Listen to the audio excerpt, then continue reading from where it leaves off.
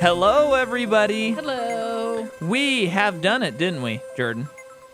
Have we? We made it through the Fast and Furious franchise.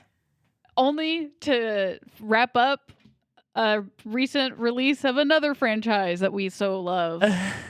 So, I think it's been 2 years now. 2 years ago, we covered the Harry Potter universe. We covered all 8 of those movies, and then we transitioned into the fantastic, the Fantastic Beasts movies. And actually, the Half-Blood Prince is our number 1 downloaded episode. So I think you all are familiar with Harry Potter and us. And we covered those Fantastic Beasts movies. Now, we did not like Fantastic Beasts 1 or 2. Yep. And I would encourage people to go back to Crimes of Grindelwald to hear my pitch for what they should have done. And I think they actually might do it at some point. I think they're going to do my pitch, basically, but just a little bit differently. Okay. Do you remember what my pitch was? No. It was basically Hogwarts School of Witchcraft and Wizardry, and it would be the TV thing. a TV show. Yeah. And the episodes would be anywhere from 20 minutes to 50 minutes long. And at the time, I was pitching a Newt Scamander thing that would be different. I think that they won't do that. But I think they're going to bring it back to our wizarding school. And I'll get into why I think that's going to happen. Okay. But we did see this movie. We went and paid money. We made sure that it was a Monday night so we didn't contribute to the opening box office grosses. And sometimes when you go to a movie on a Monday night, during dinner time, you think it'll be pretty dead in there. While it wasn't a full theater, someone did bring their baby. Yeah, there was a baby in the theater. Beware of going to movies The around Cursed Child, in fact. five or 6 on a Monday, because there might be a baby there. But in the baby's defense, it was a little finicky at the beginning of the movie, and then I think it slept the rest of the movie. Yeah, but still, don't bring babies to the movies. Don't bring babies to the movies. Especially, I mean, I was glad, it's a catch-22 here, because I'm glad they brought a baby to this movie, because I really didn't care. But also, it's like, really? You brought your baby out for this movie? It's not so much the baby causing a disturbance. I'm kind of concerned for the baby, because movies tend to be pretty loud. Yeah. So, I don't know. It just seems like a weird choice. Yeah. Now, I mean, did you notice, though, that this movie actually wasn't as loud? No, it wasn't. Which was sort of nice. Yeah. Okay, so we went and saw this movie, Fantastic Beasts: The Secrets of Dumbledore. And we were not excited, but as is what we attempt to do every time, we try to come in fresh for a movie. Maybe this is going to be a random movie where the first 2 are bad and this one sweeps us away. I didn't find that to be the case. I will say, though, in the defense of this movie, I do not think it's as bad as people are saying it is. But it's not as good as, like, probably any Marvel movie, except for it's better than Eternals. Yeah. I would rather watch this than Eternals. I would rather watch this than Eternals. But yeah, this movie did not upset me like the second one did. No. It was so non-offensive. In a way that was almost like, I almost wish that it was, so that it was a little more interesting. I know, because we might not have a lot to say in general. But I think we will. Yeah. It might be better than a couple other Marvels, but I think for the most part, I mean, even the worst of those, I would rather watch. Because the other thing that this movie has against it is it's very boring. Oh, nothing happens. Yeah. And you know, it's funny. So I went back and listened to our Crimes of Grindelwald episode because I couldn't remember what happened in that movie. I should have looked something up before going, because I was pretty lost at spots, and it wasn't the movie's fault. I had just forgotten. Yeah. But for a series that no one's liking, you'd think they would try to maybe get it a little bit further distance from the other 2 movies, you know? Like, kind of like treat this as a tiny, soft, like, reboot a little bit. But they have to wrap up what they've set up. I know, but things like the one guy who was talking about Lestrange, his sister, I had no idea who he was talking about until after the movie, that was Zoe Kravitz from the last one. I don't remember it being Zoe Kravitz. I just know the Lestrange. Right. Anyway. But I get what you're saying. But I don't know what I was saying before that. Was I saying anything before that? I don't know. Okay. Well, this series is cursed. If you Google this series right now, I'm like giddy because it's the production part of this is funny.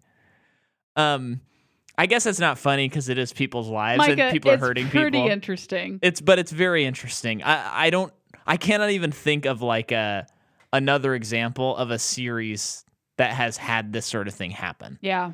Because there's, of course, there's been series where it's like, well, this is a little controversial or this thing's really crazy. But to have the like 4 or 5 things with this movie happening, it's crazy. Mm-hmm.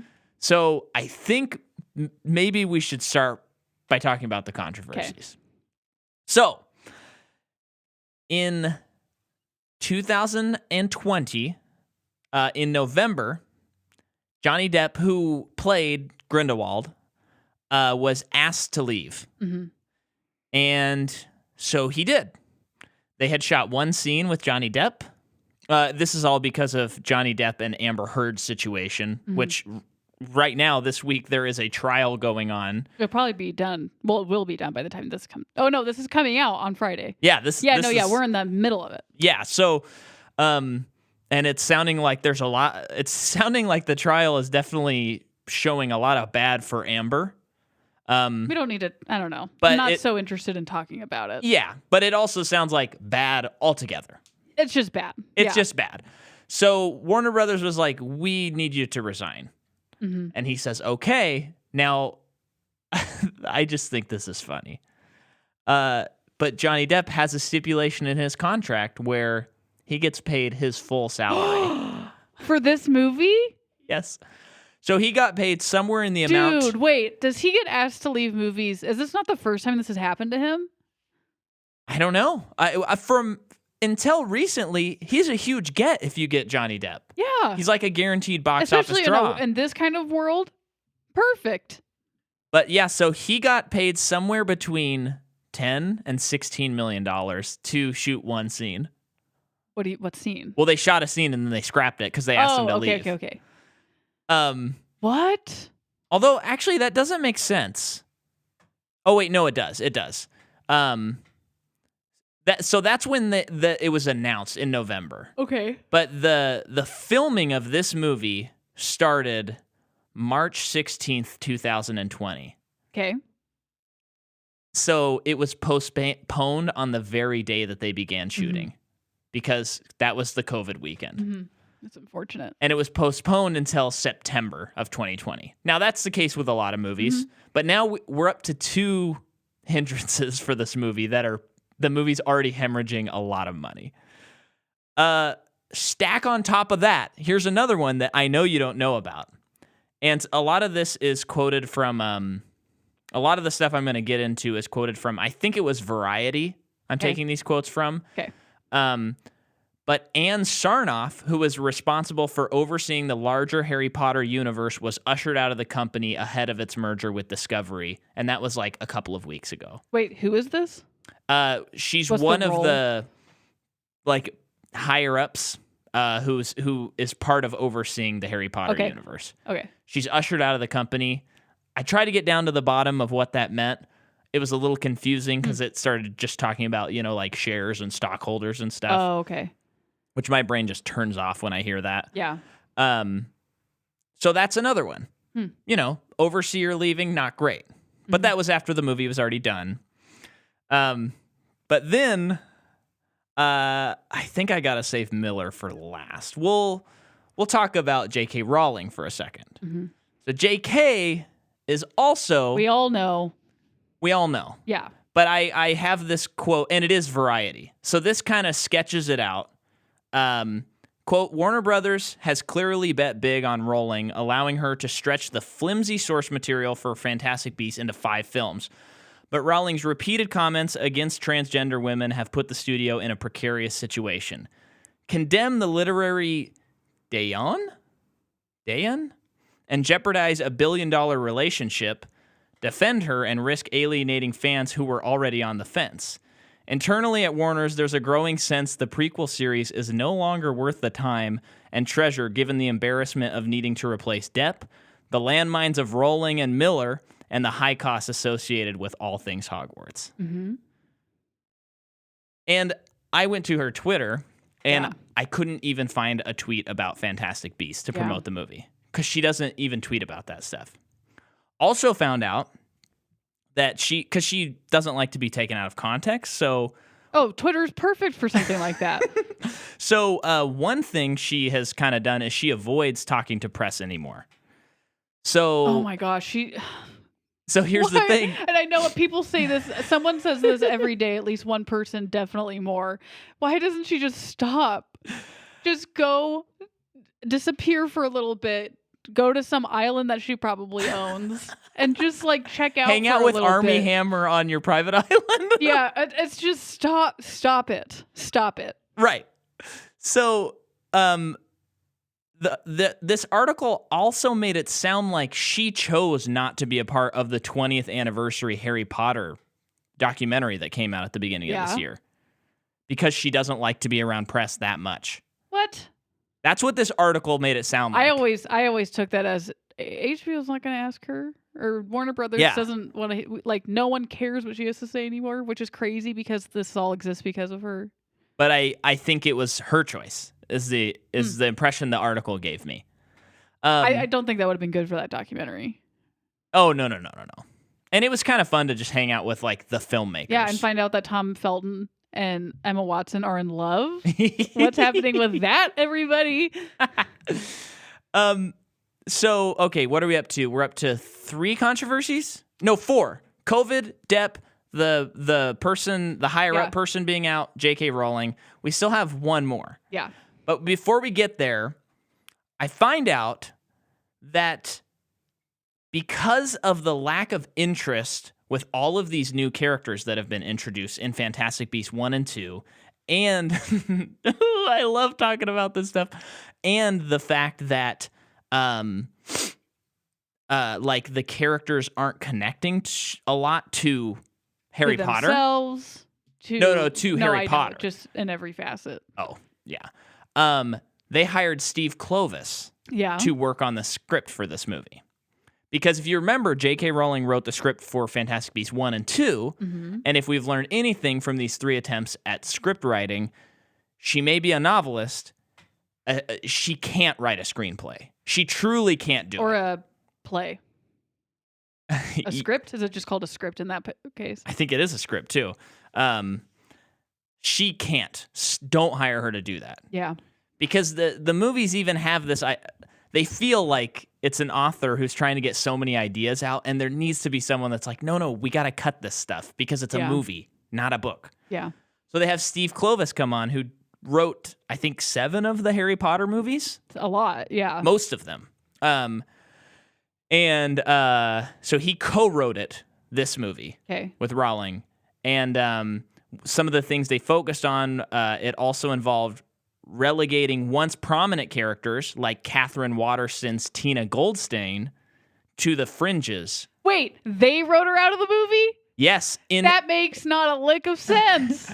To the fringes in favor of elevating the screen time of Jude Law's Dumbledore and Mickelson's Grindelwald. He literally does nothing in this movie. It's crazy. As I'm watching this movie, it just hits me. It just hit me that, well, why is this about Dumbledore?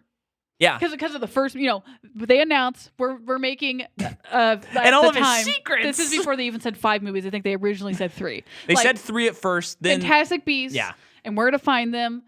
Written by Newt Scamander. He's our guy, and it's like that is so cool. He's so what is the word? I don't know. He's just such in the lore of the series that it's such an interesting choice to focus on this character that is not really a character in the book. He's a textbook, Yeah. So that's fun. And we're going to get beasts. so cool. And then it's just all this Dumbledore garbage. And it's like, if you really wanted it to be about Dumbledore, because you for some reason had to make it a Voldemort thing, destroying the world, killing muggles. Like an epic thing, you mean? Yeah. Yeah. Okay. Why didn't you just make it from Dumbledore from the start? Because they're bad. It's I know. Poorly written story. It's a mess. The whole thing's a mess. But it's just like, in this movie, and even in the last movie, it's like Newt does nothing. Like he doesn't do anything. What does he have in this? He just likes animals. Yeah, he's completely to the side. But now we're finding out that that's sort of by design. Is they're like really leaning on Dumbledore now? But they're not, because it does not feel that way. Yeah. What I will say is the Catherine Waterston character is absolutely one of the most uninteresting characters I've seen on a blockbuster in 20 years. So I'm glad she's gone, but it's weird. But yeah, sucky character, but you're watching the movie and they're like, oh, she's working at the ministry. She's like tied up basically. She's gone. And it's like, no, bad character, but I know enough of this character that she wouldn't just be working her day job. Yeah. And I think she's an Auror, right? Which is like I don't know what that is. that you're like a detective. Oh, right. You're They're the taking down ones the bad in guys. Goblet of Fire, That's what right? Mad Eye Moody is an Auror. Okay. And isn't there some in Goblet of Fire that are like walking around the tent area after they've been attacked at the beginning? Yeah. Okay, cool. I'm still remembering stuff. So it's like, if she is, and I could be wrong about that, it's like, shouldn't she be figuring this out? Uh-huh. It affects all wizards. Yeah. Not just the British ones. Yeah. Ugh. So, there's more though, Jordan. If you thought I was done, you're so mistaken. I would love to hear about Ezra. I'm saving Ezra for last. Okay. So another thing that this brings up, all of these controversies, all of this brings up something that when I read this, I thought, oh yeah, that's why I've seen so little promotion from this movie.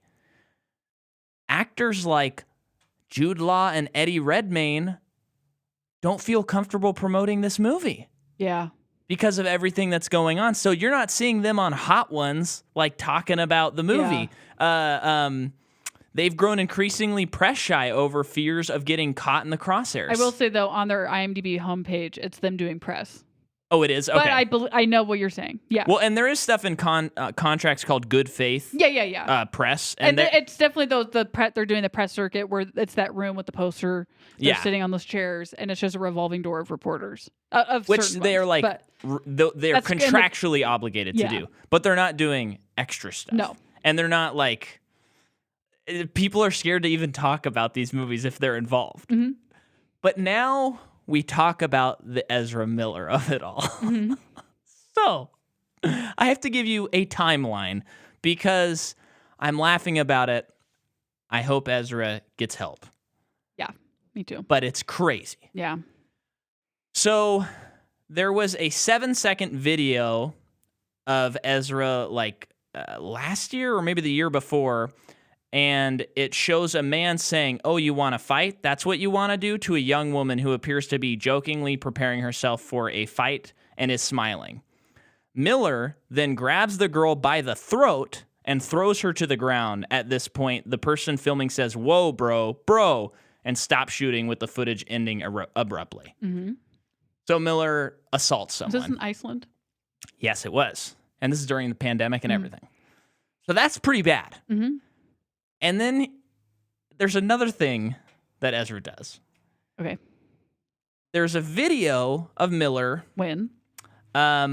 This was, I think, in maybe November. I feel like it was winterish of this last year. And Miller is wearing a ring depicting the symbol of their Justice League character, the Flash. Yeah. And said that the members of the Belleville KKK should kill themselves with their own guns. Right. Miller said, "This is a message for the Belleville chapter of the North Carolina Ku Klux Klan," Miller said in the video. "Look, if y'all want to die, I suggest just killing yourselves with your own guns, okay? Otherwise, keep doing what you're doing right now, and you know what I'm talking about, and then, we'll do it for you." Yeah. And on top of all that, Miller is from Jersey. Oh, okay. Doesn't have any ties to North Carolina. Yeah. And people have been like, I don't know why Miller said, like, I don't understand the connection. Now, of course, we're going to take a very strong anti-KKK stance on this podcast. They're bad. Yeah.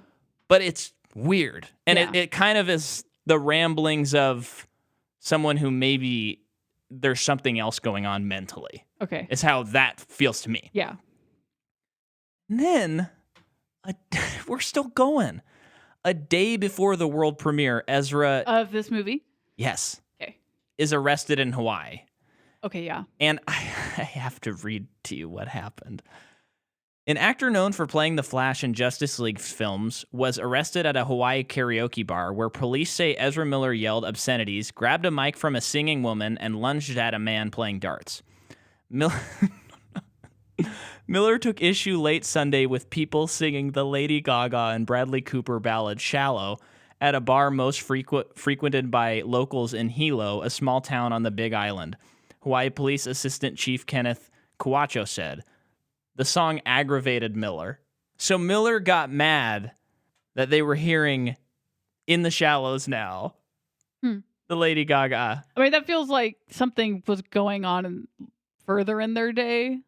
Like, or what? Well, like but now we're seeing a pattern. No, I know. But I hope, it does just, you can't help but wonder what's going on. Yeah. Because it doesn't matter if you hate that song with like a burning passion. Well, first of all, it's a great song. So, but if you did, like a more potentially well-adjusted person isn't going to be hurting other people hearing it.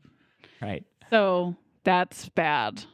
But here's what's crazier, Jordan. Okay. That happened at the world premiere. I took all of the notes. At the premiere?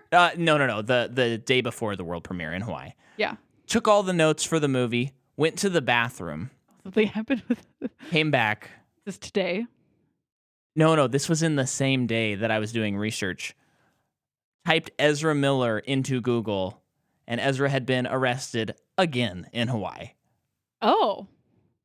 Uh-oh. Another time. Let's see. What was it this time? Miller arrested on second-degree assault charge in Hawaii. And this is not the Shallows arrest. This is another arrest.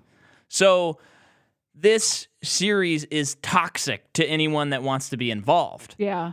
I wonder what's going to happen with the Flash stuff. I mean, I know the movie's still coming out, but is it going to become well, it can't, because they're putting everything on that movie. But I'm sorry, go ahead. Well, it's just like, how much are they going to force them to do something? Not force, but like that, they're not doing any press. Yeah. You know what I just realized too? So that movie was slated to come out in November of this year, and they pushed it into 2023, and I just realized why. I was thinking special effects or reshoots. Oh. They're probably doing it to get a little distance and figure out a promo plan for that movie. Yeah. Because, and I mean, maybe it's just me, because I've certainly soured on Ezra in the past 4 years. Actually, ever since I saw Ezra in Justice League, I was over. What do you think about, we need to talk about Kevin? Good. Very good. You think that they were well casted? Very, very well casted, yes. But it helps that is not someone you're supposed to like. I know. But I get the feel that I am not a small portion of the population that thinks that. I'm getting, not quite to the Jared Leto level where people are just like, enough with this guy. Mm-hmm. But I think most people are pretty over it. Yeah. So, those are the mini... Talk about the secrets of Dumbledore. More like the secrets of Warner Brothers. This thing's falling apart. Mm-hmm. So, now to bring it back to what I usually do, it's directed by David Yates again. Now, the screenplay is by J.K. and Steve Kloves, and I did not realize this, but then it clicked for me. In the theater and on Wikipedia, IMDb, whatever... not only is there screenplay by J.K. and Steve Kloves, J.K. gets a based on a screenplay by J.K. credit in addition to writing the screenplay. What does that even mean? Like from the first draft? Probably. It's probably weird. Just a way of assuring fans who are no longer there for J.K. Anyway, who need her to be the helm. to not get scared that there's another name, even though that name has written the movies better. I mean, the scripting is weird. Usually it's based on characters created by. Yeah, and I don't know why they didn't write story by J.K. Rowling. Yeah, that's weird. Stupid. Yeah. The cinematography is by George Richmond, who did Kingsman 1 and 2 and Free Guy, amongst others. This is the who? The what? Cinematographer. Okay. The music is by James Newton Howard. I thought the music was very good in this movie. Usually is. Yes, but I remember it being kind of forgettable in the last two. Okay. No, wait. Actually, I think the first one had a really good score. Okay. And the budget of this movie is $200 million. Huge budget. This weekend, domestically, it made $42 million, so it was number one at the box office. But just to put it into perspective, Sonic 2 last weekend made $72 million at the box office. So it is... There's articles about how there's sources that are saying in Warner Brothers they haven't greenlit sequels yet. And I mean, I think it is safe to say there will not be any more theatrical releases of Fantastic Beasts. I think it is safe to say that. We're a month or two away from that announcement. The game plan is to just take a break. You got Pottermore. You got... I don't know if Warner Brothers, I don't know if they have anything to do with that, but you have Universal Studios in Orlando and in LA. Yeah. Yeah, we still have Harry Potter stuff. Wait a couple years, come out with a show. And come out with a show about new students at Hogwarts. Yep. And make it for kids again. Yep. Not to say to make it super cheesy or anything, like capture the heart of what Harry Potter is, just with a new generation, and no big things. I would be fine if it was even just like little hijinks they get into. When I was listening back to my pitch, it's that basically, but I had a Newt thing as well. Yeah. But axe that. I don't need any more Newt. I think Eddie Redmayne's terrible in this movie. Yeah. But although I think Eddie's doing what he can do at the same time. You know what I mean? It doesn't feel like... Yeah. But one of the things I pitched, and I want to see this as a fan of Harry Potter, is an entire episode of a TV show that's well-produced, all that stuff, pump a lot of money in it, that is it's in one classroom, one period, and that's the whole episode. It's like someone giving a lecture. Obviously, if you have a good writer... you could write that in such an interesting way. Yeah. I mean, imagine they're out in the green room for an entire episode, and it's a very character development-y episode. But green room? Isn't that what they're called? No, where are the mandrakes? What's that place called? The greenhouse? Greenhouse. Yeah. Excuse me. But yeah, I think simply to... Harry Potter and his friends, they're kid detectives. That's what Harry Potter is. Yes, it becomes much bigger, and the books age with the readers, which is a really wonderful thing about them, and I love it. But they're kid detectives. Just let them do that.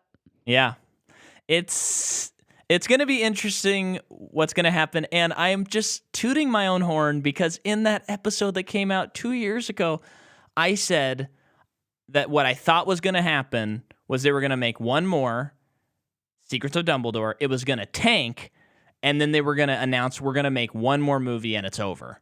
Mm-hmm. Or, I don't remember if I said this, or they might try and finish it up on a streaming service. Yeah. And while I was a little bit wrong, because I think they're not going to make any more Fantastic Beasts movies, I was still pretty much right on the money. So I think that the series misses the mark from the beginning. Yeah. I think they do it somewhat well in the first movie, but they did not go further with it. This movie is called Fantastic Beasts. The series is called Fantastic Beasts and Where to Find Them. Yes, we have beasts galore. Not enough, in my opinion. The first movie is when we get his whole briefcase thing. We go into it, right? I think we have to. We have to. Yeah. And that's awesome. But what...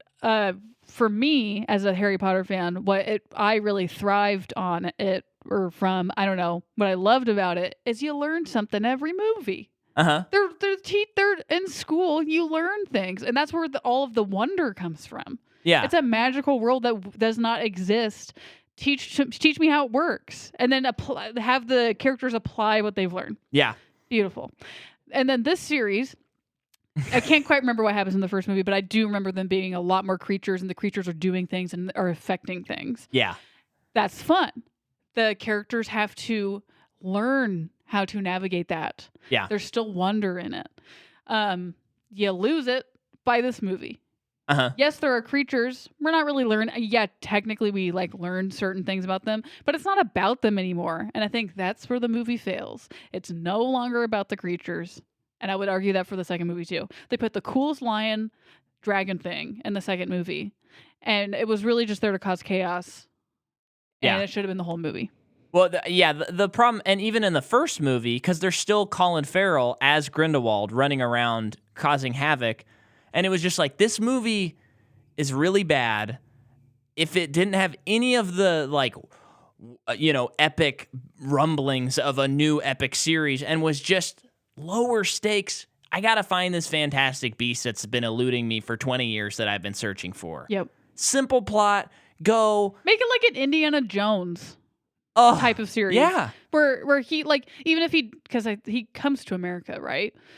New. Yeah. So it's like he comes to this place in search of a specific creature that might be here, and that's kind of what's driving the story. And then you have other stuff that happens, maybe a little bit more Grindelwald stuff, not more, but just something like it. No, not no even Grindelwald not stuff even ever. big world things, just like the antagonizing thing. Yeah. That forces our characters to develop.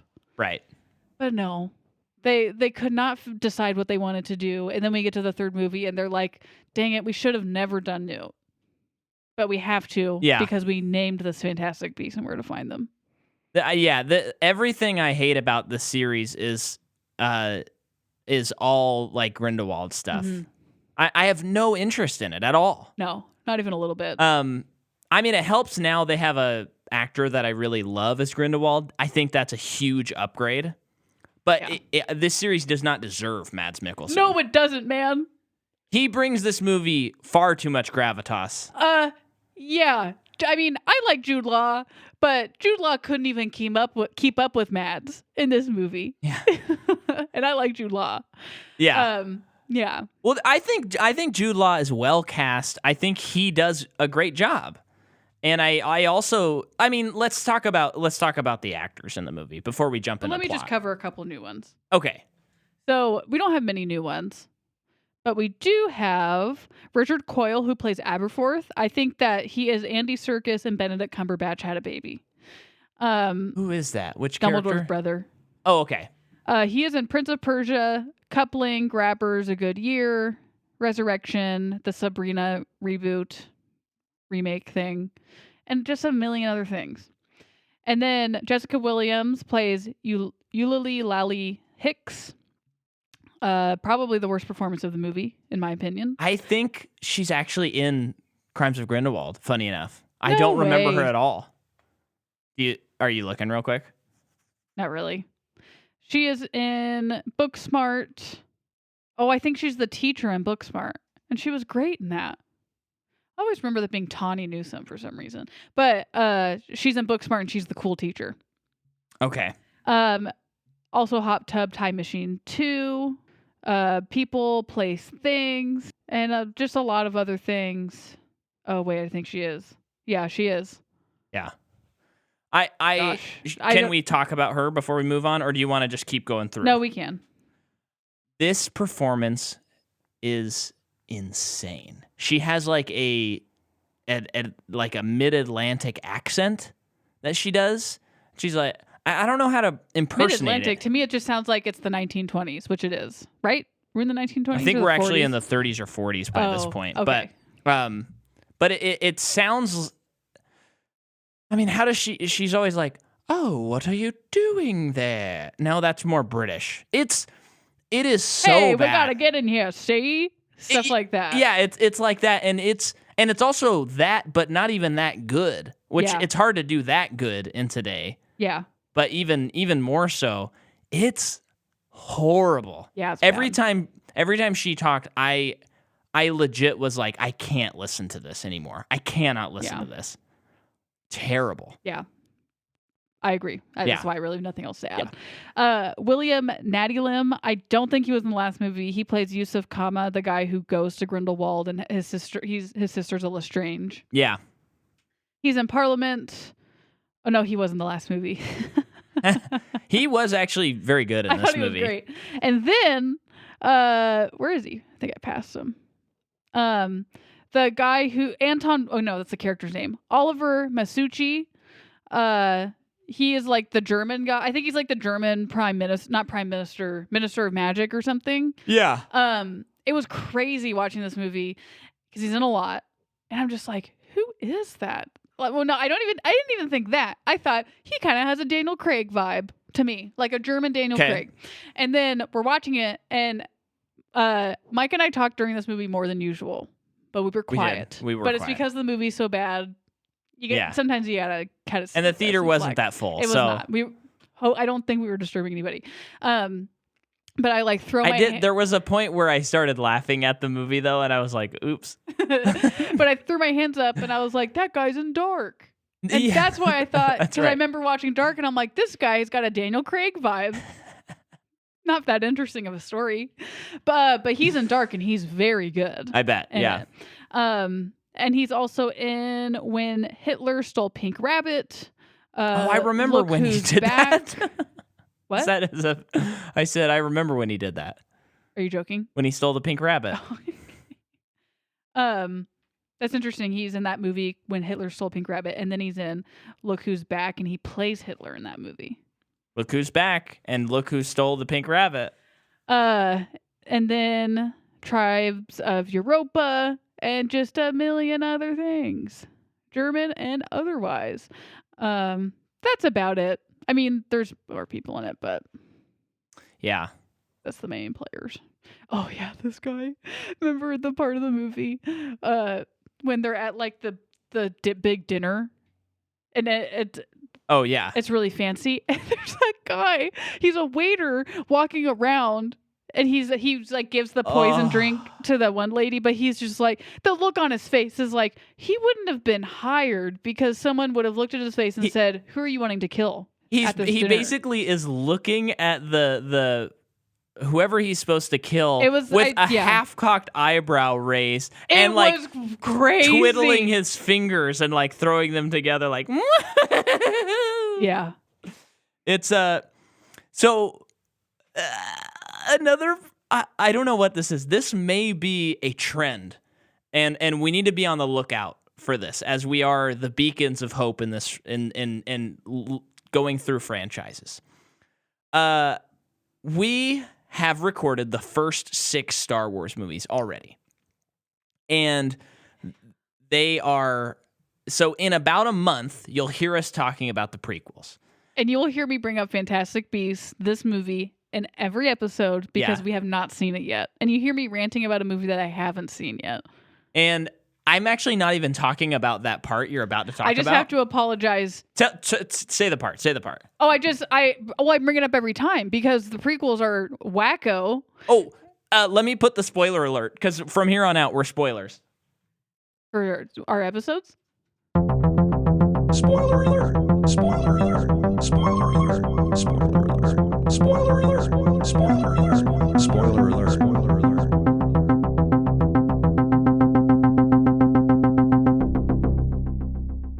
Yeah, but the Star Wars prequels are nutso butso, as we all know. And for me, don't give away your thoughts. No, I'm not. But I just know myself often comparing it to Fantastic Beasts, another prequel trilogy. Yeah, that is awful. And I'm not saying my opinion. I just said nutso butso about the Star Wars prequels. Yeah, but it's just a very interesting comparison that we have. But what's funny, and this is actually not what I was originally going to say, but in those episodes, you specifically talk about how frustrated you are that they gave Kowalski a wand. And you go off on it several times. And I agreed with you, but it turns out in this movie that he gives him a fake wand and someone else uses magic in that part in the trailer. And I mean, I probably audibly sighed with relief. I liked that detail in the movie. Me too. That was fun.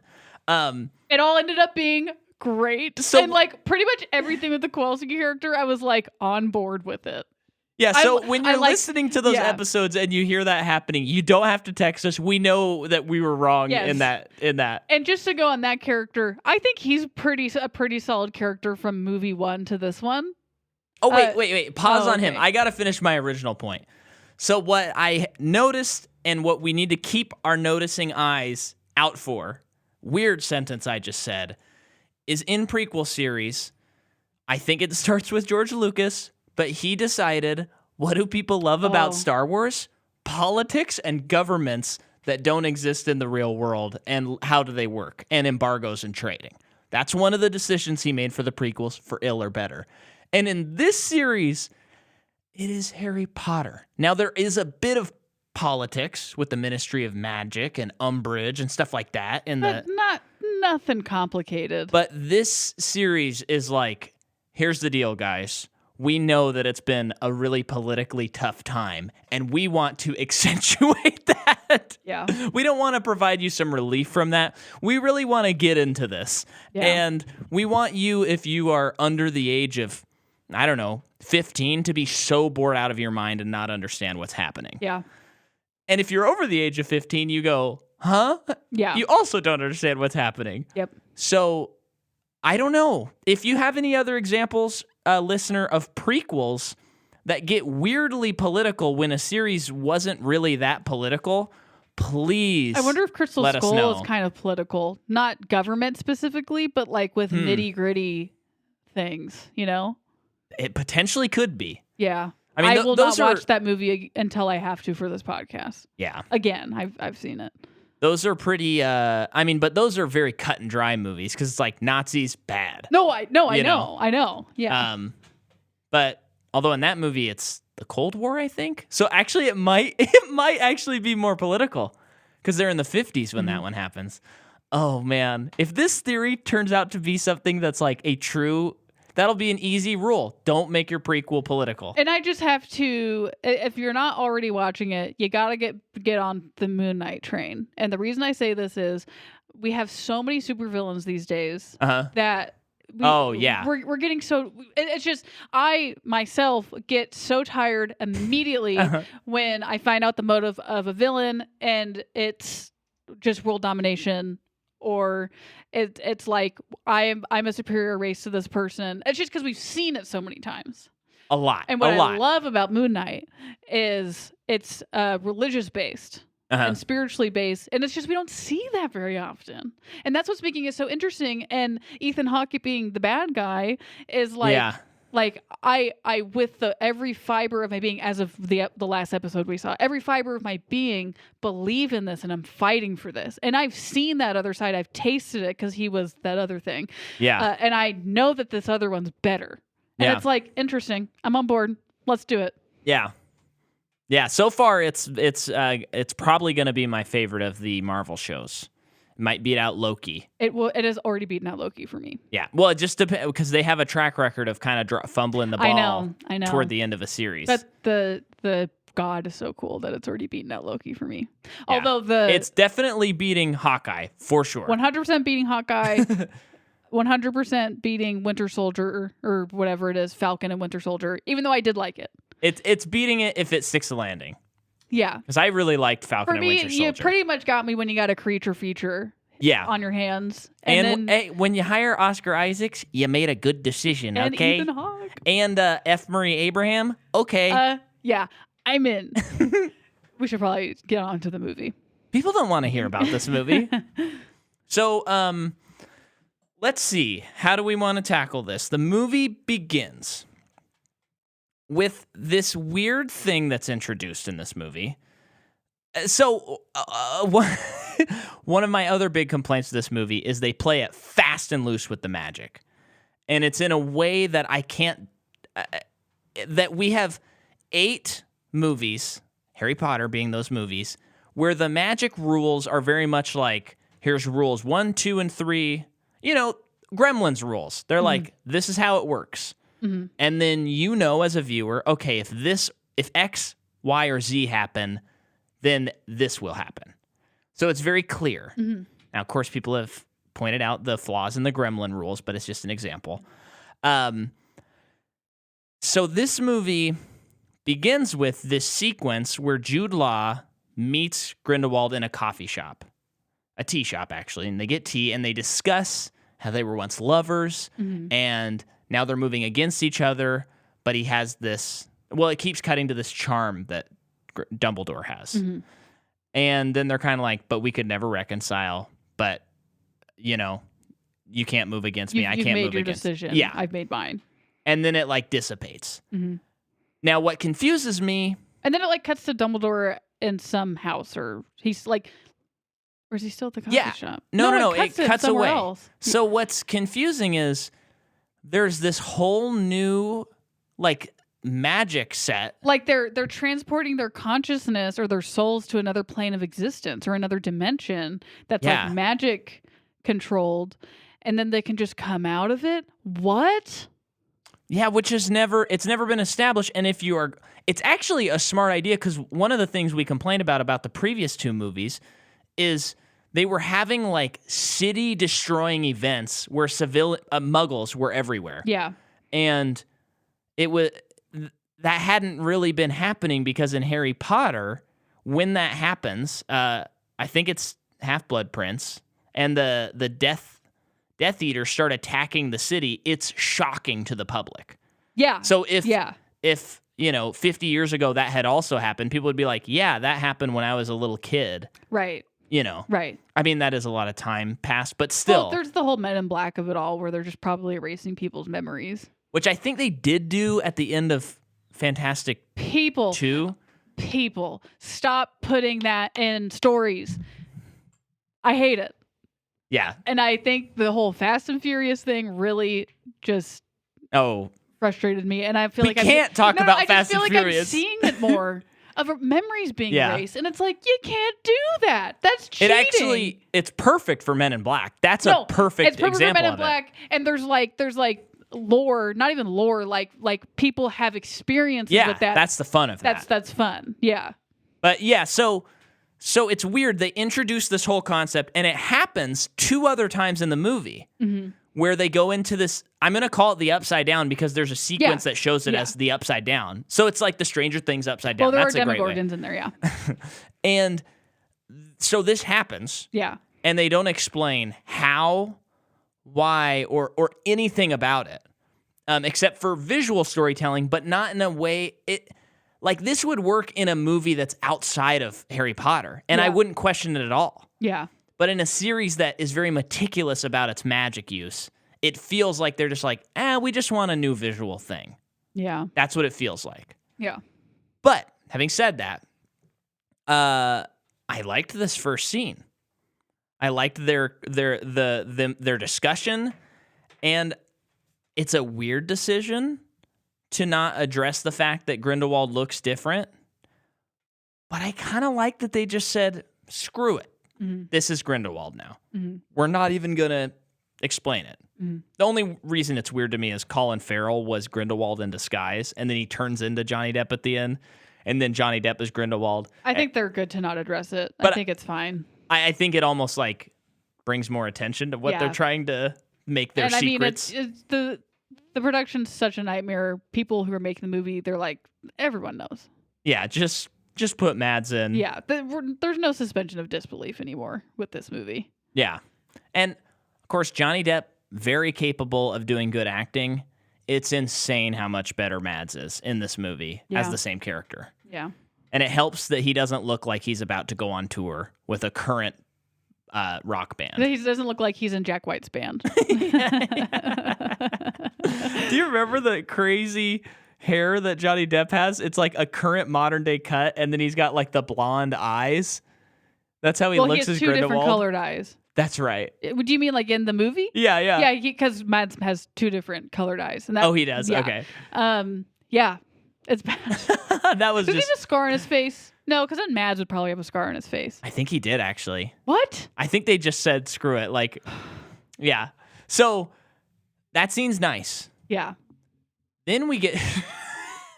I can't believe I even remembered one more scene after that, because when we left the theaters, when we got home, I was kind of done talking about the movie because I was kind of like, I don't even really remember what we just saw. It's so unimpressionable. So then there's this new creature that gives birth. Oh, I wanted to look up the spelling of it. Yeah, it's called a chillin. A chillin is the name of the creature. Quilin. Quilin. Yeah, so The chillin, also known as the Asian unicorn. But I mean, this is a Fantastic Beast thing I'm reading. oh, it's not like a real mythological creature. Well, let me just now Google it. Okay. It's a legendary hooved creature that appears in Chinese mythology. Okay. And it is said to appear with the imminent arrival or passage of a sage or illustrious ruler. So that's awesome. I was fine with this thing the whole time. Okay. You didn't really like the design. I loved it. Yeah, I thought the design was it was like 70% cool. Oh, they kind of have it in, what is this movie? Oh, I think it's kind of what the lion looks like in the Shang-Chi, Oh, okay. which makes sense. Okay. Okay, so okay. All right. Well, if it's a real mythological thing, then I'm much more into it. Yeah. So what is interesting is it talks about it's just funny because the way the movie was starting, I thought it was going to be much more like the movie's very artistic in the way it tries to tell the story. But I thought it almost feels like they should have been either more artistic or way less artistic and been a little more straightforward. Yeah, I think Because- go ahead. just the pictures that I saw straight off the bat, it's not like flesh toned or brown or gold. It's like green and red and blue. So like I think It could have been more I think interesting they to should look have at. gone a little nutser with it, and it's just weird because it's like that wouldn't have been unlike the world Yeah. to have it be vibrant. Well, but so what I thought was weird is they're like, so they say that when one is born, it's there's going to be a new prominent leader, like you just said. I guess. And Grindelwald says that in a few scenes. Okay. And I was kind of like, okay, I like that. I was thinking that. And then, but there's twins that were born unbeknownst to Grindelwald, and Newt is able to save one of those twins. Mhm. And so I thought to myself, oh, this is just setting up on a metaphorical level that there is Dumbledore and there's Grindelwald. And I Oh. thought that's all it meant. Yeah. And I was like, I kind of like that. That's kind of cool. Yeah. Newt's still just trying to save animals. Cool. Yeah. But it's very literal. And they're like, no. And I mean, what I said still stands, but they're like, no. This chillin actually literally chooses who will be the next head minister of magic. And in addition to that, they also vote. Dude, It's I so don't weird. know. It's so weird. What I do know is love the design. I think the effects in this movie are all pretty great. Yeah. What kind of sucks though, they touch this creature like all the time, and I Yeah. just wish it had been a puppet in those scenes Right. because it doesn't look like they're holding it. We have not figured that out yet. That it actually looks like someone is touching or holding a thing that's not really there. Right. With all the other movie looking so good, like the rest of it, it's like that always looked not great. Yeah. But yeah, the whole political stuff, like, and maybe they explain it more in the beginning of the movie, but like by the end of the movie, it's like the UN for wizards, and like one person's being crowned above all of them, and I'm like, what is this? What? I was just screaming in my head like, you're making it too big. And too boring. Yeah. So we're going to just jump around on this episode. But what was crazy about the ending of this movie is I knew we had been in the theater long enough that it was a high probability that this had to be the end of the movie. Yeah. But it did not feel like a climax at all. When the thing chose. Yeah, like this whole sequence felt like this is the end of Act 2. And then something happens. But this was the climax, and then the movie's kind of like, okay, it's over. I know. And what was weird is I went back and listened to our episode. Like I said, of Crimes of Grindelwald, we had the same exact complaint where we were like, they're building this army. You see Grindelwald, and then the movie's over. Mm-hmm. So this whole series, JK's just like, I gotta build. It's like, you gotta give us a payoff. And again, to go back to the Fantastic Beasts thing, from the beginning, this is a series about Fantastic Beasts and where to find them, as written by Newt. And I don't know where to find them. But like he's our main character. He no longer becomes our main character by like basically the second movie. Therefore, he has nothing to develop. Yeah, he doesn't. He doesn't develop one iota in this movie at all. But it's still his movie. Also, what sucks about I don't know. It's just and funny enough, this might be the best of the three. Maybe. I actually the first one's probably better. Probably the best. The first one's the best. This movie's better than Grindelwald. Easy. Yeah. The Crimes of Grindelwald. Yeah.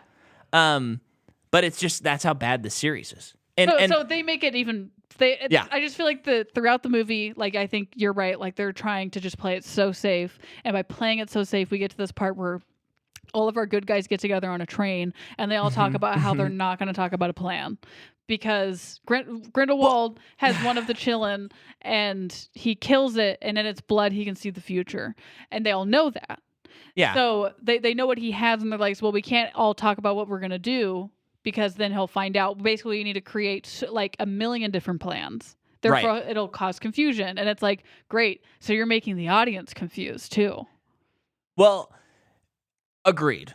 But also, before that, Dumbledore, to like go into your scene that you're talking about, Dumbledore meets with Eddie Redmayne, Newt, and I think a couple other people, and he shows him this charm that he has. And he says, in this charm is mine and Grindelwald's blood. Dumbledore shows him this. Dumbledore. Who did I say? I think you said Newt. Oh, yes. He's showing it to Newt. Yeah. And he goes, I can't move against him literally because this charm will kill me. And he demonstrates him just even thinking about attacking Grindelwald and what happens. And it's like killing him. And right then and there, I'm like, pretty cool. To me, that's a cool development. How do you defeat someone that you literally cannot move against? So then they go to this train sequence, and the dialogue is not very fun. And what's funny is the theater. I heard one laugh in the movie, and we laughed once, even though there are a lot of jokes in it. Not really. Really, no. Not compared to the other two movies. It's pretty dour. Guess you're right. It is dour, but I mean, it's still like in the Marvel way where it's like, yeah, there's supposed to be jokes. It's a PG-13 movie. There has to be jokes. They're not allowed to make a totally dour PG-13 movie. So none of them really land, but they're in the scene and they're explaining, okay, we all have to have our own plans, but we have to not plan so that Grindelwald doesn't know what we're doing because he can see the future. As far as the plot goes right now, with what is set up, I like this plot contrivance. What I didn't like about the charm thing that we talked about was when we find out that Dumbledore can't do anything against Grindelwald and vice versa, I thought, oh, so Jude Law's not really doing anything in this movie, or Dumbledore. And it's pretty true. It is true. I really didn't think of it that way, but you are right. I mean, you say that we go into it wanting, with a blank slate. I have admitted several times in this podcast that I just don't do that a lot of the times. Yeah. And I did not do it with this movie. Yeah. So don't speak for me when you say stuff like that.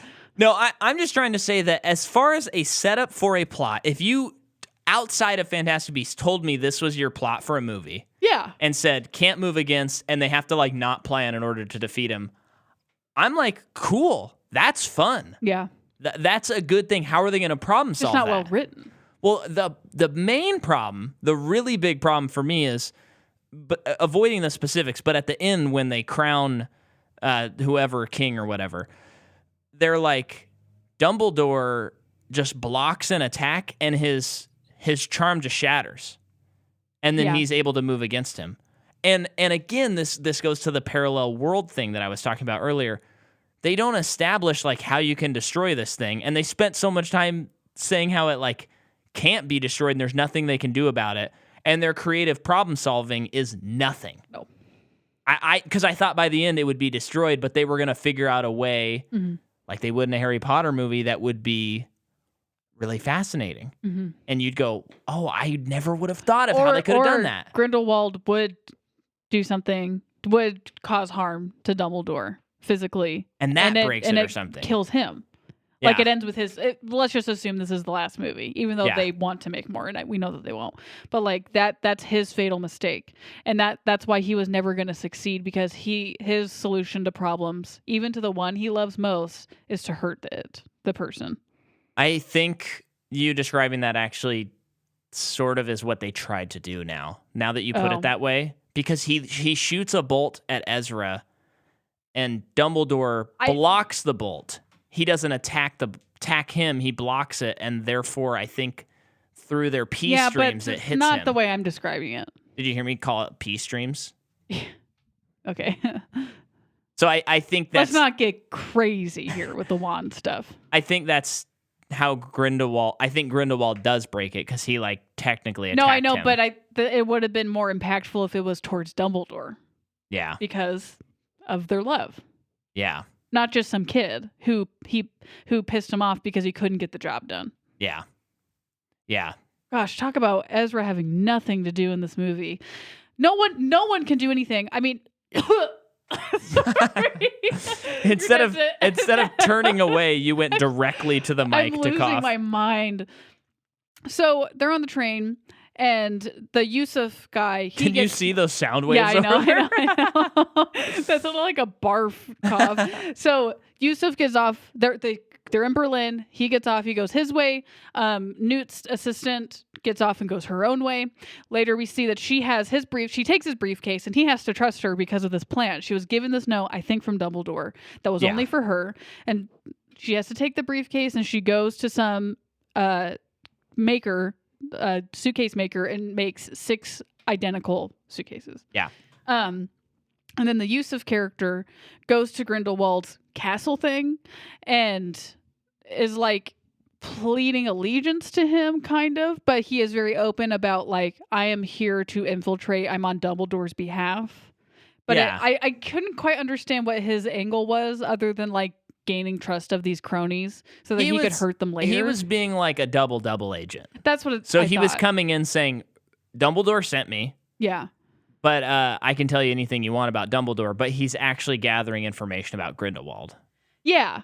So I think also there's too many characters. I agree. And we don't like any of these characters. No. That's the other problem. I don't know who to attach to. So like this Yusuf character, I didn't really care anything that happened to him. I do really like that Grindelwald like took the memory of his sister out. Yeah, that was cool. I like that stuff. But it is like, who is this? I don't know who this is. Sure, he's in the last movie, but I didn't even know who he was then. Yeah. He's just Zoe Kravitz's brother. Right. And then Newt. Okay, well then the rest of the crew goes to the German Ministry of Magic. Right? I think so. And there's like protests going on because of Grindelwald. And as of this current moment, Grindelwald is wanted for what happened in the events of the first movie. Maybe, sure. No, he is. Oh, he is. Okay. There's like wanted posters up. Yeah. Okay. And they meet with like the German Minister of Magic, and Newt's part of his plan is to tell him don't do what is right, not what is easy. Do what's right, not what is easy. Thanks for that simple message. And then the guy takes the easy road and clears him of all of his crimes. crimes. Grindelwald of all of his crimes, which I don't really get. That's the other thing. Like, if you're gonna make it complicated, you gotta be prepared to explain things and not just assume that we're on board with it all. Well, at this point in the movie, I'm thinking, am I watching Tinker Tailor Soldier Spy? Like, what is happening right now? I thought I was watching a James Bond movie, but I'm watching Tinker Tailor Soldier Spy. That's how it felt to me. Yeah. And that movie was boring as I felt it was, and that's why I didn't finish it. I have not watched it as like a full-fledged adult, but at 19, watching that movie, I was like, I am so bored. I was so bored. I don't remember how long I made it, but I couldn't do it. But so this movie, Secrets of Dumbledore, is spending so much time on setup that I don't know, like, there's no narrative thrust to this movie. Yeah. It doesn't feel like there's a ticking time bomb, even though they're saying, like, one of these days we're going to elect this leader. So as we're going along, I don't actually know what's happening. The big thing that they failed on, too, because in the Harry Potter movies... We should see it again. Almost every time... Dumbledore has his own plan that is actually everyone else's plan. He just doesn't tell anybody. And that's why he's so interesting. This is where he learned his secrets. And they're doing the same thing. Dumbledore knows everything that's happening, but no one else does. Therefore, we don't. And I know that's worked in other movies, but usually in the other movies, there is some kind of plan we know that needs to be achieved. This, we don't know any of them. So I have no idea where we're at. Folks, save your money and go see Everything Everywhere All at Once. Just go see that movie, because that movie's a masterpiece. It's probably going to be my favorite of the year. Yeah. Don't waste your money on this movie. It's truly a waste. But the other thing that's so weird, and this is the George Lucas prequel thing too, is like, okay, you're going to get really into politics, but first of all, it's not political. It shouldn't be a political thriller. It's not designed that way. Uh-huh. But then if you are, you have to know what you're talking about. Uh-huh. Because like we're saying, these things just happen where they're like, he's cleared. Mm-hmm. Huh? Yeah. What? Why? How is he able to do that on like a legality level? Yeah. No, you just had to trust us. No, if you're going to get this political, you need to make us earn your trust. Feel like, oh, it's Germany during the 1940s. They're a well, you are. They dictatorship. said that's part of the subtext of the movie. Literally, when reading about the movie, they're trying to like play off of World War II. Yeah, they did a great job with that. Yeah. So Eddie or Newt's brother gets arrested, I think, and he goes to take care of that while Kowalski and Lily, Layla. No, I think it's Lally. They have to go to this fancy dinner. JK's so bad at coming up with names, even in the originals. Oh, her names are so bad. I kind of like how dumb they are. Some of them are fun. Dumbledore's a great name. Hagrid's a great name. But some of them are just like, come on. Lally's a nickname, to be fair. Oh, of what? Whatever I said, it was. Oh, you don't have to look it up. I really don't care. So let's cover the fancy dinner. We already covered part of it. This is when Kowalski uses the wand, but not really. Yeah. I think they had a super cool shot in this scene with the pages. The cinematography's good. Yeah, the cinematography's great. The movie's really lowly lit, which was annoying, but other than that. But the effects, like we said, were super cool. I think that some of this type of magic stuff in the movie, fun. Yeah. In a funless movie. Yeah. But we see Kowalski, his girlfriend, fiance Queenie, who is now on Grindelwald's side from the end of the last movie, is like, this is the first time he's seeing her in all of this. And I am pretty invested in that side of the story. Okay. Personally, I just think that he's like probably the best character out of all of them. Yeah, he is. I just am like curious what happens with them throughout this movie. Oh, okay. But I was not. That's fine. So I just think it's interesting that we have this. I just don't think we see it a lot in a franchise where we have a big character who is emotionally invested to an even bigger character go to the bad guy's side and lives and gets to interact in that world when the other person is trying to get them back. I just thought that was interesting. Yeah. Out of everything else in this movie, that was interesting. But Newt goes to like the prison, which is just a pit in the ground. Yeah. So this is like the Fantastic Beasts portion of the movie where he goes to find his brother in this weird prison thing where there's a creature. I just have to say, remember the train scene? I leaned over to you and I said, why would they cast a guy that looks just like Eddie Redmayne? And you said, that's his brother. I'm like, oh, I guess they did a good job. Yeah. And he's also in the last movie. I know. So it's this weird cave where there's this scorpion creature that like stabs and kills people. Mm-hmm. It's like a lobster scorpion. Cool. Yeah. I like. Mimi like. And then there's all these tiny scorpion things that go around Newt, and he decides to do a mimicry dance thing. I like. Mm-hmm. Cool. This is what I would want out of Fantastic Beasts stuff. Me He too. goes and he's rescuing his brother. There's some tension there. Mm-hmm. It is funny. It's fine, but it is funny that when he goes to his brother, he's been shimmying for a while, And his brother's like, what are you doing? And he goes, I'm doing mimicry. And he goes, has it ever worked? And he's like, only in lab studies. And I'm like, It's working. it's been working for like right now. 15 minutes. They were mimicking you. How about you just go with him right now? Yeah. That's just That's funny. movie stuff. That's movie stuff. So they're escaping. Then there's a completely no tension filled action sequence of them like escaping the area where the big scorpion's attacking them. Yep. And then they're able to port key out of there. This was funny. This was funny. When Eddie shows up, he has to give away Niffler? I think that's right. Niffler and the praying mantis to the guy. No, it's a stick bug. It more closely resembles a stick bug. Okay. I don't know what it is. The stick bug and Niffler he gives to the guy because he's like, And you his can't wand. take him in there. And his wand. And they break out. And as they break out, this was fun. there's a slow motion shot where Stickman is like falling and Niffler looks like he's reaching out to save him, and then he grabs a gold coin out of the air because they steal money. No, he steals money. He always is. He loves gold specifically. I thought that's what I just said, but Oh, you said they. he still Okay. anyway. And that was a funny scene. Mhm. That was my laugh of the movie. Mhm. My laugh with the movie. Then Mhm. there's the laugh at the movie coming cute. later. Oh yeah, I mean that's what I mean. Those parts are fun. Yeah. Then they port key out of there. And I do like the touch where his brother has the tail still wrapped around him and it's still squirming. He gets it off him and it like dives Ugh. into the river and goes away. Presumably to just grow a new one. Yeah, Yeah. that was cool. Yeah. And then they all meet back with Dumbledore, right? At this point?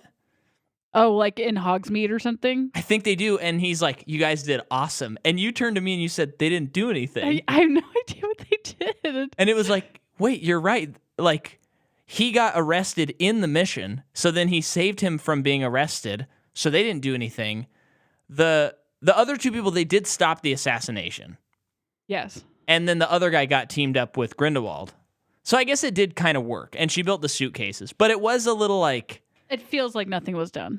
Yeah, I wonder if you take Newt out of this story, does anything change? No. Nope. Except for the briefcase The chillin'. is important. The but Chillin wouldn't get rescued. That would be the only change. Yeah, you can just have someone else do it. Right. Like another character that we wouldn't get rid of. Well, but I'm just saying I think that's the only change he affects on the story Mhm. in any major way. Because the briefcase is like Briefcase is more of a character than he is in this movie. you are right.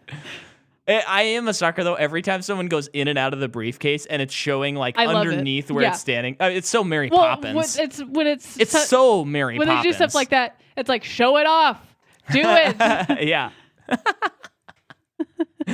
You're like at the shoot Yeah. and you're like yelling at them Yeah. from the background. I guess we're gonna have to Foley this whole scene. Someone's yelling back there. So then Dumbledore. I think after that they're headed toward the climax of the movie, right? They head to someplace in China. No, it's Bhutan. Bhutan. That's right. Yeah, You remember that because of I leaned over to you and said, "Lunana, yes. yak in the class." In the classroom. I Come know, on. but I was just saying it because it was fun. Oh, okay. To say it that way. It was a movie that came out last year, folks. That Good everyone movie. needs to see. So that happens. They all head over there, and they all have separate briefcases. And with these separate briefcases, they're hoping to smuggle the Chillin to the ceremony, I guess. Because now the Chillin is resurrected. Okay, wait. But And is before evil. this, yeah, the whole resurrection part. Uh-huh. So Yeah, this made sense. in Grindelwald's castle, he goes into a big bathtub with the dead Chillin. Yeah. And he brings it back to life through magic, but it's not really back. It's like bewitched. Uh-huh. And it didn't like Dumbledore see this somehow, like magically. I don't think he did. And we didn't even talk about the other thing. Oh, we haven't talked about The Ezra Miller Yeah. Dumbledore at all. Okay, well, throughout the movie, Grindelwald is like, go kill Dumbledore. And then he finds Dumbledore, and this is another one of those upside down world things that I just didn't get, but it did look cool. I Looked just cool. don't know what's going on. And I didn't understand the transition because there was that little drop of water. Yeah. And I don't know what that was supposed to mean. So Ezra and Jude Law fight for a long time. Yeah. And then there's a phoenix that's like flying over Ezra for a while. The whole movie, actually. But I mean, in this sequence, the way they shot the sequence was also kind of weird because it was like kind of focusing on like the puddles or something. No, it was, yeah. And I was like, what are we supposed to be looking at? I don't understand. And then it flips upside down and they're in the streets. And Jude Law goes, hey, don't worry about it or something like that. And then that's kind of it. And he says, toodaloo. And then Ezra goes back to Grindelwald. Having failed. And that's when Grindelwald is resurrecting the Chillin. Oh, okay. So we find out around kind of this time-ish. Yeah. Oh, no, let's talk about the sister thing. Okay. But okay, so throughout the movie, like, Ezra has this mirror that someone's writing on, disembodied writing. Yeah. And then we discover... Credence. That's Ezra's name. Yeah. The other mirror that Aberforth has is also having... So Aberforth and Clarence are writing to each other. We find out Aberforth is Clarence's... Credence. Like water revival. Yeah, I know. Credence is Aberforth's son. Yes. Because at one point they're like, he's a Dumbledore, and I just wanted to scream about it because that was so dumb. But he is an... Oliphant? No. But an asterisk. It's a... An I have it right here. Astemblo. Obscurial. I was basically right in all my guesses. An obscurial, which means he's a black amorphous blob from the first movie. Remember he would turn into the black cloud? Yeah. Black cloud singing in the dead of night. And then...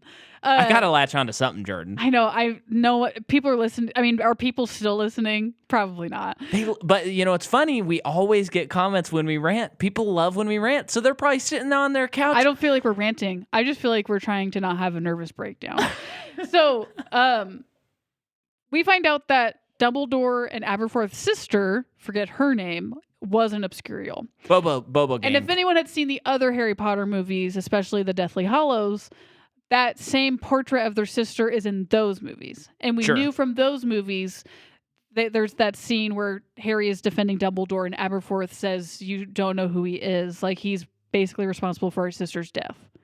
Yeah. And then they explain why he's responsible for his sister's death. Usually, this is the dumbest thing that they would have to explain this to me. Still, like, if I was the one writing this, I would not include it. That being said, I didn't hate it. That she was an obscurial, but she's just a force of destruction and chaos. And at some point, whoever's an obscurial just like dies.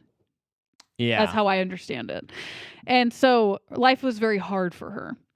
And on a night when Dumbledore was going to run away with Grindelwald, the whole family's fighting about it. And Dumbledore accidentally kills his sister because she like gets in the way of a curse. And he says that he doesn't know whether it's him or his brother's curse that did it, but it doesn't really matter. Yeah. Because they both like cursed each other. Yeah. Killed their sister, which I don't know. Yeah. I think that's dumb, but I do think it's not great either. It didn't make me as mad as I think it for some reason. I don't know why, but we do find that out. I just don't need everything explained. We don't. We really don't. That's why I said if I had any control over it, okay. Don't explain it. I don't need to know every it's detail. It's also not about Dumbledore. I know what this movie is called, The Secrets of Dumbledore. Shut it. No, the seriously, man's got secrets. I'm not even up for joking anymore. I know that this is called The Secrets of Dumbledore, but why is this about Dumbledore? Well, I think also it's actually kind of more. It's about Credence Dumbledore. But it's that's not. The Secrets of Dumbledore. So Credence messes up. Then Credence messes up again. Yeah. Then at the end of the movie, Credence is like, Grindelwald, you shall not pass. Also really funny. I'm sure it's a reshoot thing. But at the beginning of the movie, Ezra is talking kind of lower down here. And then at the end of the movie, Ezra sounds like Ezra. Mm-hmm. And I just thought that's sort of hilarious. Mm-hmm. Hope they don't hear it, yeah. So then they battle around in Bhutan. I mean, did we cover the Credence stuff? Sure. And then there's, I mean, are we at the end? Sure. I'm fine with that. How long have we been on here? An hour and 20. Oh, let's wrap it up. So there's this sequence where there's been these two people that have always been nominated the whole movie for Best Actor. for Headmaster. And then also when they show Hogwarts in this movie, and the movie's like, remember this? Na, na, na, na, na, na, Yeah, it's like, shut up, get out of here. Yeah. And then Mads goes, well, Grindelwald's like, actually, I'm also nominated now. I don't understand how that works. You guys hear? They sponged my record clean. Yeah. I'm a new man. And then he pulls out the Chillin, and since it's resurrected, it now comes to him and chooses him. And then everyone's like, sweet. Okay, now I know who to vote for because this thing predestined him to be that person. Well, it bows in front of someone who has a pure soul, has a pure heart. Yeah, and then they vote. So I just don't get the system of government that they're talking about here. It's just getting a bump in the polls.